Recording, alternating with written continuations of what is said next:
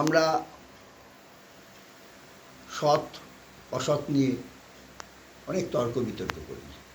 আমরা বলি আগের মানুষ এত অসৎ ছিল না এখনকার মতো, আগের দিনে এত পার্সিয়ালিটি হতো না, একজনকে তোলার জন্য আরেকজনকে নামিয়ে দেওয়া হতো না, আগের মানুষ নিজের স্বার্থের থেকে লোকের স্বার্থ বেশি দেখত। আমি সব মেনে নিলাম, কম বেশি হতেই পারে, কিন্তু আগের দিনের কিছু ঘটনা আমি আপনাদেরকে বলি। আগেও এই ঘটনা ঘটেছে বহু। যেমন আপনারা গুরু দ্রোণাচার্যের নাম শুনেছেন। উনি পাণ্ডবদের কৌরবদের একসঙ্গেই ধনুর্বিদ্যা শেখাতেন। উনি ছিলেন গুরুদেব। তা ওনার শ্রেষ্ঠ ছাত্র ছিল অর্জুন, শ্রেষ্ঠ ধনুর্বীর। ওনার কাছে এক বেদের ছেলে একলব্য নাম, সে এসেছিল ধনুর্বিদ্যা শিখতে। তা দ্রোণাচার্য তাকে নেয়নি। কিন্তু একলব্য এতই নিষ্ঠাবান ছিল, সে দূর থেকে এদের শিক্ষা দেখে সে চরম শিক্ষাবিদ হয়ে উঠেছিল। এবং দ্রোণাচার্য জানতে পারল সে এমন শিক্ষা পেয়েছে যে সে অর্জুনের থেকেও বড় ধনুর্বীর হয়ে গেছে বা নিপুণ হয়ে গেছে। তখন দ্রোণাচার্য একলব্যের কাছে যায় এবং বলে, তুমি কোথায় শিখেছ? তখন বলে, আপনি শেখাতেন, আমি দেখে শিখেছি। বলে, তাহলে তো আমি তোমার গুরুদেব। বলে, হ্যাঁ। আর তুমি তো জানো তাহলে গুরুদেবকে গুরুদক্ষিণা দিতে হয়। তখন একলব্য হাত জোর করে বলে, কি বলুন, কি দিতে হবে আমাকে? তখন দ্রোণাচার্য বলে, তোমার বুড়ো আঙুলটা আমাকে কেটে দিতে হবে। সে অবাক হয়ে যায়, কিন্তু গুরু চেয়েছে, গুরু ভগবানের সমান, সে তার বুড়ো আঙুলটা কেটে দেয়। এটা কী ধরনের ব্যাপার? অর্জুনকে বড় রাখার জন্যে সে একলব্যের বুড়ো আঙুল কেটে নিল। যদিও পরে সে পায়ে করে তীর ছোড়া প্র্যাকটিস করেও বিশাল বড় বীর হয়েছিলেন। আমি সেই জায়গায় যেতে চাইছি না। তার মানে এখন যেমন কাউকে তোলার জন্য কাউকে ফেলে দেওয়া হয়, তখনও এই দিন ছিল। তারপরে আরও ঘটনা, যেমন যখন দ্রোণাচার্য প্রচুর বীর বিক্রমে পাণ্ডবদের সমস্ত সৈন্যকে হত্যা করছে, তাকে ধরে রাখা যাচ্ছে না, তখন তাকে নিরস্ত্র কী করে করা যায় সেই চিন্তাভাবনা করে যুধিষ্ঠিরকে দিয়ে বলানো হলো। দ্রোণাচার্যের ছেলের নাম ছিল অশ্বত্থমা, যে অশ্বত্থমা হত। তা যুধিষ্ঠির বলল, আমি মিথ্যা কথা কোনোদিন বলিনি, আমি মিথ্যা কথা বলবো না। তখন তাকে শ্রীকৃষ্ণ বলল, তোমাকে মিথ্যে কথা বলতে হবে না। অশ্বত্থমা বলে কৌরবদের একটা হস্তি ছিল, তার নামও ছিল অশ্বত্থমা। তুমি বলো জোরে, অশ্বত্থমা হত ইতি গজ আসতে বলো। যুধিষ্ঠির বাধ্য হলো বলতে, যে জোর করে বলল অশ্বত্থমা হত, আর ইতি গজটা খুব আস্তে বলা হলো। সেই জন্যই পরে যুধিষ্ঠিরকে নরক দর্শন করতে হয়েছিল। না হলে সে সশরীরেই গেছিল স্বর্গে, কিন্তু নরকের ওপর দিয়ে যেতে হয়েছিল। নাহলে যুধিষ্ঠির ওই একটাই মিথ্যা কথা বলেছিল। যাই হোক, তারপরে সেখানেও পলিটিক্যাল চাল, সততার অভাব। যুদ্ধক্ষেত্রে পারছি না, সেখানে আমায় কিছু ছলচাতুরি করতে হবে। ধরো যখন দ্রৌপদীর স্বয়ম্বর সভা, পাখির চোখে মাছের চোখে তীর নিক্ষেপ করতে হবে। অর্জুন তীর নিক্ষেপ করেছে মাছের চোখে। কর্ণ মস্ত বড় বীর ছিল, কর্ণ যখন এগিয়ে আসছে তখন তাকেও আটকে দেওয়া হলো, যে না, রাজার ছেলে ছাড়া এই স্বয়ম্বর সভায় কেউ আসতে পারবে না।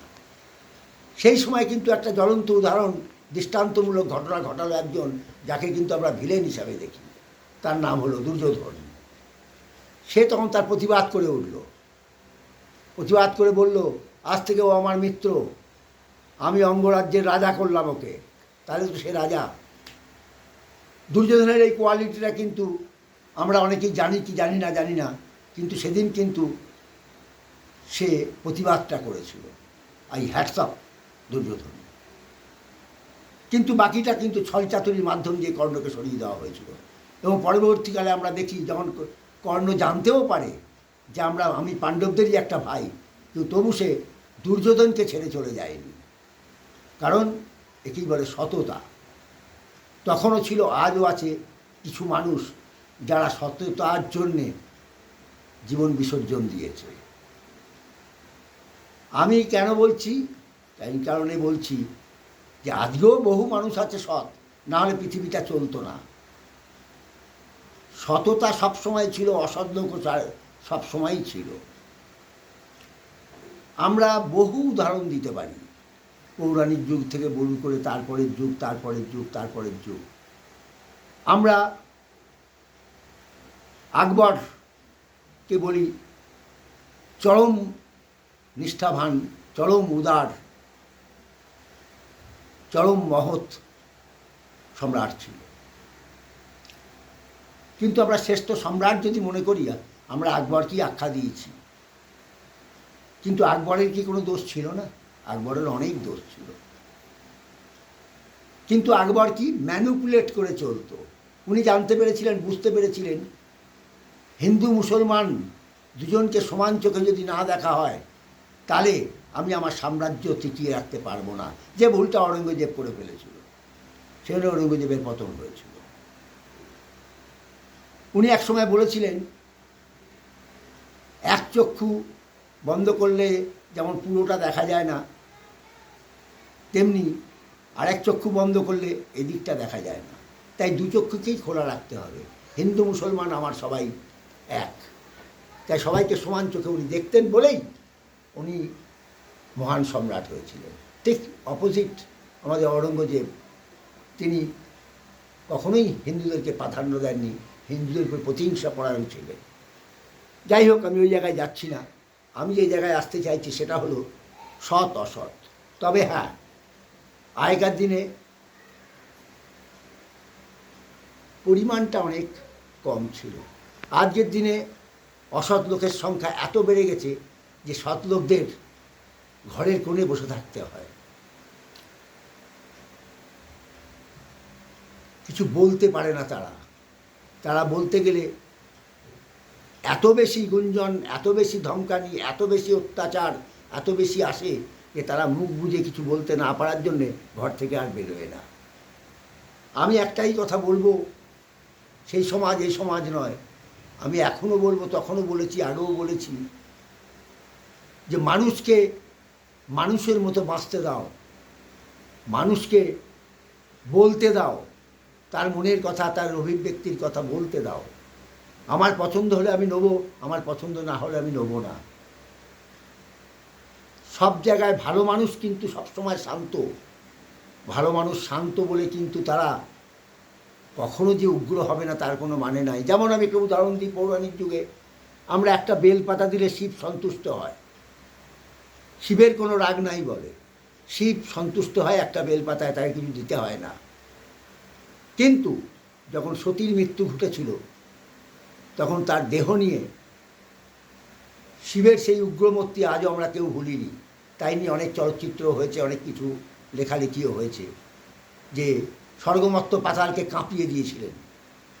তার মানে আজকে যে ভালো মানুষগুলো চুপ করে বসে আছে শান্ত হয়ে, উপায় নাই বলে, কোনো দিন যে তারা গর্জে উঠবে না তার কোনো মানে নাই। কিন্তু তাই আমি বলবো, শান্ত মানুষকে শান্ত রাখতে গেলে তাদের কথা শুনতে হবে, তাদের বক্তব্য শুনতে হবে, তাদেরকে সম্মান দিতে হবে, তাদের বক্তব্য রাখার জায়গা দিতে হবে।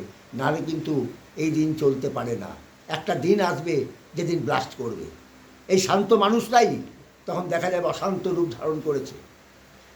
সেই দিনটা যেন না আসে, সেই জন্য আমি সবারই কাছে করজোড়ে প্রার্থনা করব যে তোমরা শান্ত মানুষদের সম্মান করো, শিক্ষিত মানুষদের সম্মান করো, অসম্মান কাউকে করো না। কারণ তুমি কাউকে অসম্মান করার অধিকার তোমায় কেউ দেয়নি।